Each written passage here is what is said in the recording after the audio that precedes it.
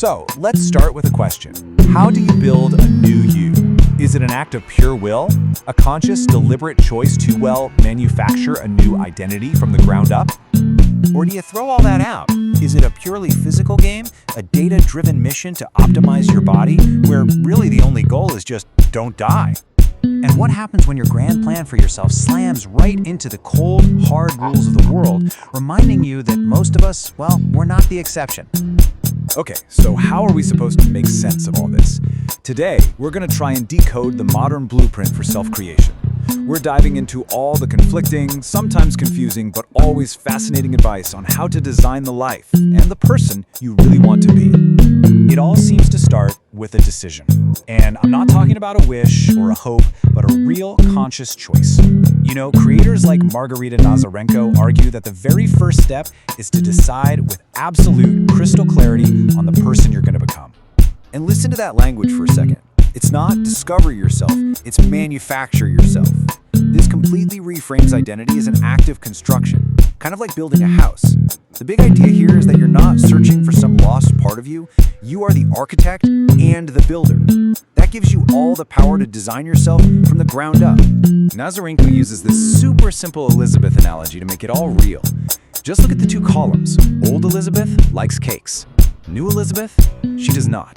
And it's not a struggle, it's not a diet, it's just a fundamental shift in who she is.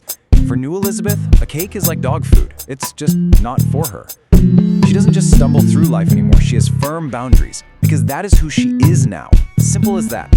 Okay, so let's say you've done it. You've manufactured this new you on the inside. But how does this new person do out in the real world, especially when it comes to something as messy as relationships? This brings us to a totally different idea, that it's not just about who you decide to be, but about the hard rules you might have to play by. And here is the brutal, simple logic from He's Just Not That Into You. The movie's whole argument is that the world of attraction doesn't care about your manifesting. It operates on a set of clear, unwritten rules. There are no mixed signals. There are only signals you really don't want to hear. And these right here, these are the scripts that prove the rule. The soft pass. According to this philosophy, these lines aren't some complicated code you need to decipher. They're just the polite, standard ways of saying no. The rule is dead simple. If they wanted to, they would. End of story. So we've got these two big opposing forces, right? Manufacturing your own reality from the inside out versus following the world's rigid rules. This leads us to the two dominant methods people are using to get what they want. You either manifest the dream or you hack the system. So on one side, you have the manifestation playbook. It's perfectly summed up by creator Amber Scholl's 4 W's for a vision board, which is, basically a collage of everything you want. It's all about defining your desires with intense clarity.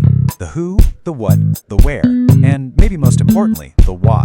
But here's the thing, this isn't just wishful thinking. The belief has to be backed up by relentless action.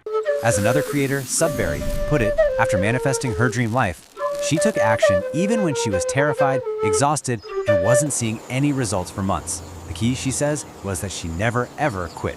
And then you have the complete opposite end of the spectrum, the hacking approach. This is totally personified by the tech entrepreneur Brian Johnson, who's all in on biohacking, using data and science to optimize his body. And this number, $800 million, it represents a radically different philosophy.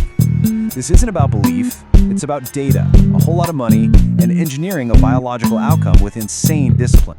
So let's just put them side by side. Manifesting uses tools like belief and vision boards to attract a reality. Hacking uses data and algorithms to engineer one. It's kind of funny, while someone like Scholl wants to hack the system to get her dreams, Johnson sees his own body as the system to be hacked and optimized. Two totally different worlds. But look, whichever path you take, the modern blueprint seems to demand one final step: packaging the result. In our super online world, self-creation isn't just a private project anymore. It's about building a public brand. And the idea is, if you curate your image perfectly, you can, as some creators say, get paid to exist. Creator Haley Gamba actually lays out a pretty clear strategy for this. It's about radiating an energy that just makes people curious about you. But look at that last point. You don't wait until you're an expert to get paid. You get paid while you become one. You're basically monetizing the journey of self-creation in real time. But there is a pretty serious cautionary tale here. Holly Madison, looking back at her Playboy image, talks about feeling so branded that she was just consumed by it. And that raises a really important question, right? What's the psychological cost? If your entire identity is a perfectly curated performance, what happens to the actual person standing behind the curtain? Which leads us to the ultimate question.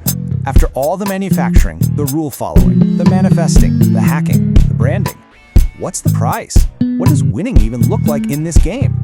Because if you don't actually define the end goal, this whole project of self-creation can just become an endless, exhausting loop.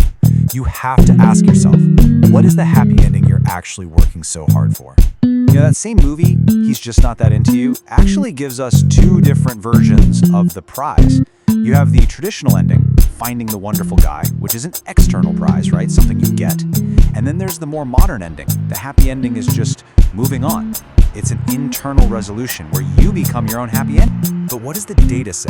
Well, interestingly enough, Brian Johnson, the guy obsessed with individual optimization, also talks about a loneliness pandemic.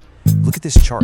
His own data shows that while exercise is obviously critical, having strong friendships provides a similarly powerful reduction in the risk of dying from any cause.